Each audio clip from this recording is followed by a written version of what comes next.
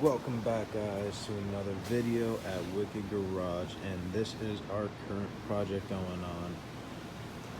So a customer came in, wanted a flatbed, side steps or running boards, and a custom front bumper. So far we've gotten this. They wanted the skirted look, so pretty much just bent some diamond plate, cut everything, and sort of have like a welder type body to it.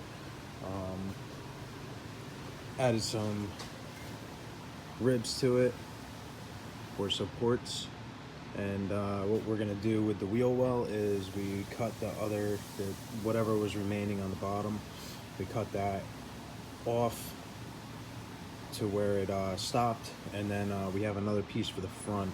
I'm gonna actually weld on some pieces that come out on here, 3 pieces, and drill some holes in this.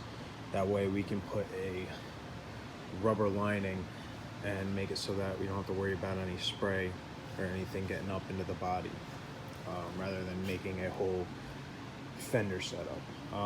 Used 3/16" box tube, 3x3, 4" channel, and 3" channel, and then he wanted diamond plate all around. Use box tube for the outside. It'd be easier to wire and to put everything that I need. We're going to cut this, make a little bit of an angle, break up the diamond plate. Since this is not diamond plate, we're going to sort of make a line going down on a regular steel, and then the top is going to have 3/16 diamond plate,